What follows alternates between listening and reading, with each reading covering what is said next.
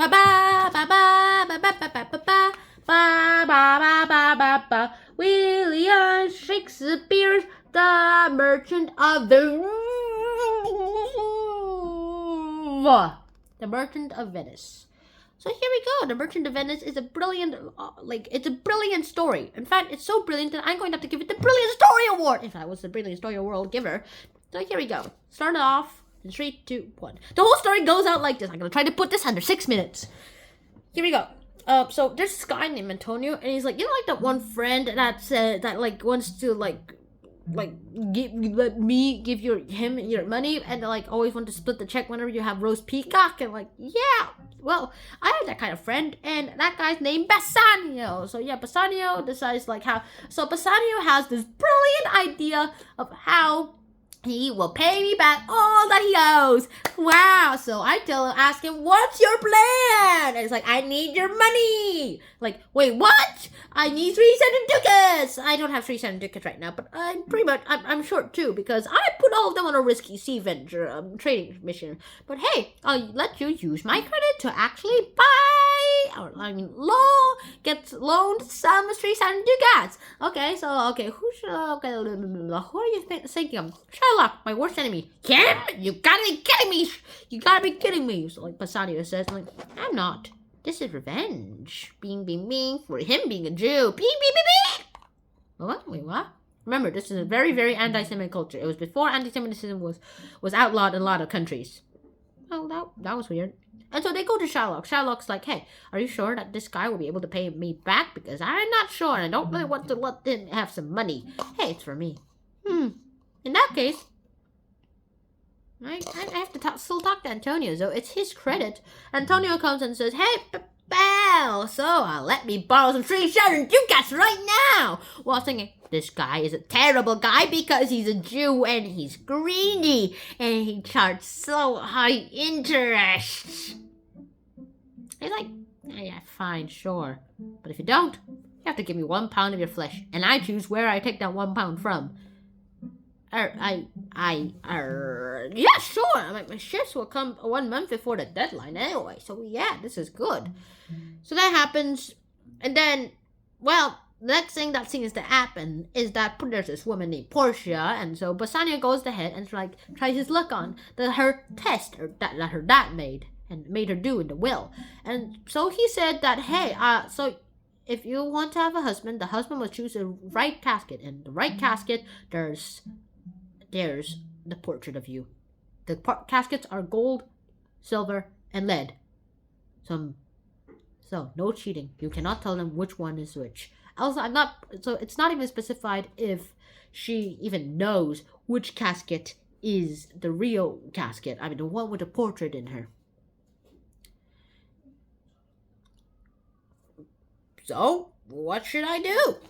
So there's the Prince of Morocco that comes ahead, and then he tries his luck with the casket and chooses the golden one. He's like, no, I chose it. I feel like a fool. That glisters isn't gold. I just learned. And he never tells anyone else which casket that he chose. And then the second guy, named the Duke of Aragon, comes ahead and says, hey, you know what? I'm gonna try my luck. Everyone else is inferior to me anyway, even the Prince of Morocco, because of his skin tone. That is very, very, very racist.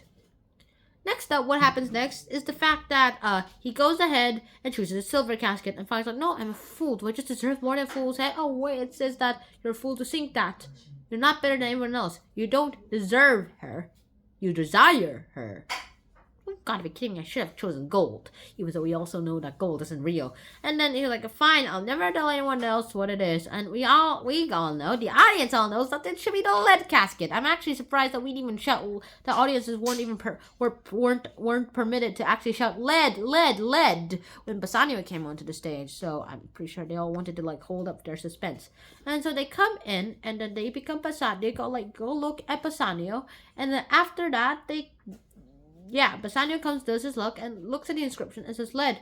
Well, that glistens in gold, and I'm a fool to even think that I deserve her. So yeah, lead. I'm a humble man. He goes ahead and sees inside, it is lead. What a nice job I did. Lippica, yay, now I can pay back Antonio. Wait, Antonio's ship sunk? He can't pay back the debt? No! Yeah, that happened. happens, and he goes try to save Antonio's life, and then afterwards, Portia also gave. Before that, Portia made him get married with her, and then she gave him a ring that she made him promise never take off. That happens, which is very, very idiotic in my opinion. And he goes ahead to the court, and then the court says, and then there's this random liar that comes ahead. Turns out it's Portia cross-dressing, and it's like, hey. So the liar, aka Balthazar, who's aka Portia, says, hey, so let me see the contract because I need to make sure it's legit. And like, all right, here it is. It's legit. Go ahead, cut him off. Yes, let's go. What's such a fair liar? So, and that's basically what Shylock thinks. He's already sharpened the knife in front of everyone already. It's like, hey, I gonna cut you for all these things, and I will choose the pounded flesh from the heart. He goes ahead, but before he could, the liar, aka Portia, who's under the alias Balthazar, says, wait a second, if you drop one Venetian blood, and especially Christian blood, from this guy here, then you're going to be jailed. Wait, what? There's this law that says that if a foreigner, which includes Jews, and you are Jews, your Jew spills at least one drop of Venetian Christian blood, then that guy's property, at least half of the property that exists in Venice, is the Venetian government's, and the other half will be to the victims. Okay, I think I'll go ahead and accept your deal of 97 ducats. You said you'd give me 97 ducats if I spare this guy, right? Can I still have that go? No, you can't. Go ahead and stick the flesh in. But just remember that if you do just a bit more flesh than 1 pound and a bit less flesh than 1 pound, and if you drop one blood of this guy's blood, then you go to jail. Please don't send me to go to jail. Just let me get the 97 ducats. You've also been conspiring. This also proves that you've been conspiring on the murder of a Venetian citizen. So you are under arrest. Half of your property goes to the state. In the state, you are at the mercy of the Dukes of Venice. I release you, says the Duke of Venice. Antonio, you have half of his fortune. Yeah, and so Antonio's like, yeah, sure, I'll give you back the fortune if you will it.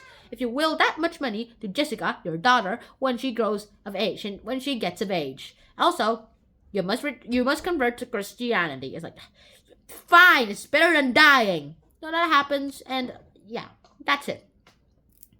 Wow, what a happy ending for nearly everyone. And so, I really hope you guys enjoyed an episode of Hunter and John. There's lots of people that actually debate about what William Shakespeare really meant about in The Merchant of Venice. To be honest, I would personally think that he was trying to be anti-Semitic and show that... But wait, even I am an anti-Semite, but I still think that these Jews have their own human qualities. Everyone's a Jew. Even if they're a Jew, they're still pricked to death.